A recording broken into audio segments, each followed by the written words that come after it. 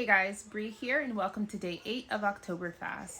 So today we're going to be speaking about self-fulfilling prophecies, as well as what our scripture meditation which was weeping may endure for the night, but joy comes in the morning.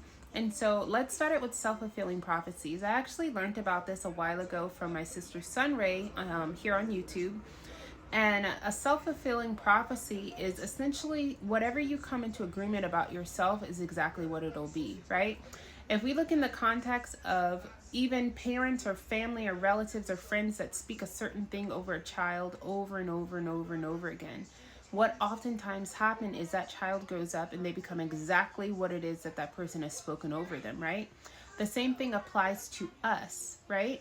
If we believe that we're never going to be anything, we're never going to be above the level that we're at, we're never going to have that house, that car, that family, that job, that husband, that whatever it is, right? That sisterhood, that brotherhood.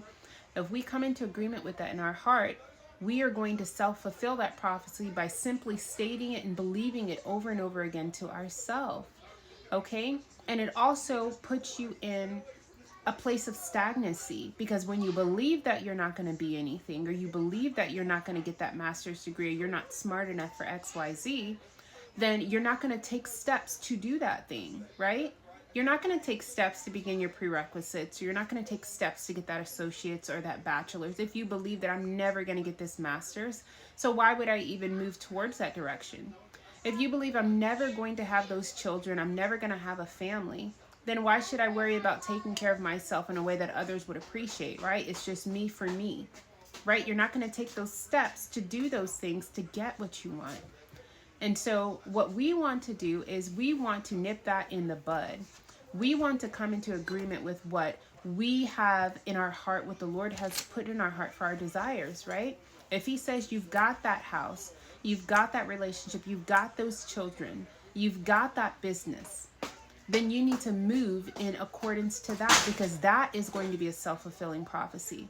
If he says your business is going to be successful, then you need to start getting that business plan. How much are your costs, right? What is your cost of goods? How much is it going to take to market this? You know, how much does it cost for a business license? Taking that first step is the first step to fulfilling that prophecy over you, right? We just don't take a, what's it called? Kind of like a laissez-faire approach to it. We hear it and we're like, oh, it's my business is just going to drop out of the sky one day, right? We've got to put in that work so it can fulfill itself, right? The Lord gives us the word, but then we have to do something with it. Okay, faith without works is dead. And so if we say, I'm going to be that businessman, I'm going to be that businesswoman, I'm going to be that mother, I'm going to be that wife, then I'm going to start to take care of my body. I want my husband to look at me and be like, wow, right? I'm going to start to take care of my reproductive system, because I want it to be in prime position for that baby that I know that's going to be mine. I'm moving in advance, right? If I'm going to have that house, I want to start to get my credit together. I want to start to prime and see what I'm doing financially, right? If we are going to do that and we're going to fulfill the prophecy that was given us, because the Lord's already done his part, we can't sit back and do nothing and continue to tell ourselves, I'm never going to be anything. This is impossible. This isn't going to work. What am I going to do here from now, right? It's like we're working against what has already been placed in our life, what has already been written in the books of heaven. And so when we speak of weeping may endure for the night and joy comes in the morning, I spoke earlier about that not being I'm waking up and my circumstances are godlike, right? That's not what that means. That joy comes in the morning means that you've reached up and you've grabbed back onto that hope that you lost in that moment of depression, that you lost in that moment of anxiety, that you lost in the moment where you felt like all hope was gone on that day. Right? And that's why we can go through these seasons where we feel like we're down and out, and we go to sleep and we just feel like the whole world is crashing down. But our joy comes in the morning when the Lord comes and he gives us his peace. And we wake up in the morning, sometimes a little grudgingly, right?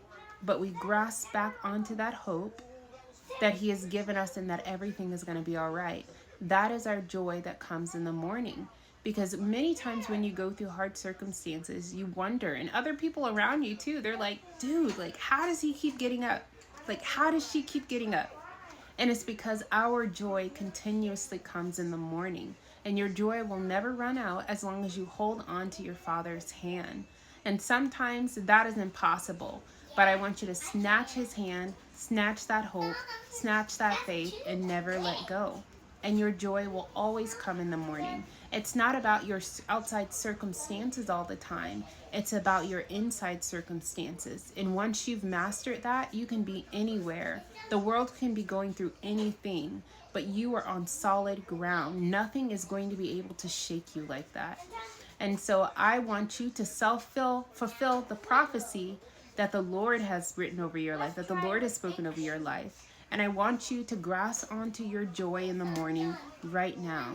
So I love you guys. I will see you tomorrow for day 9 of OctoberFast.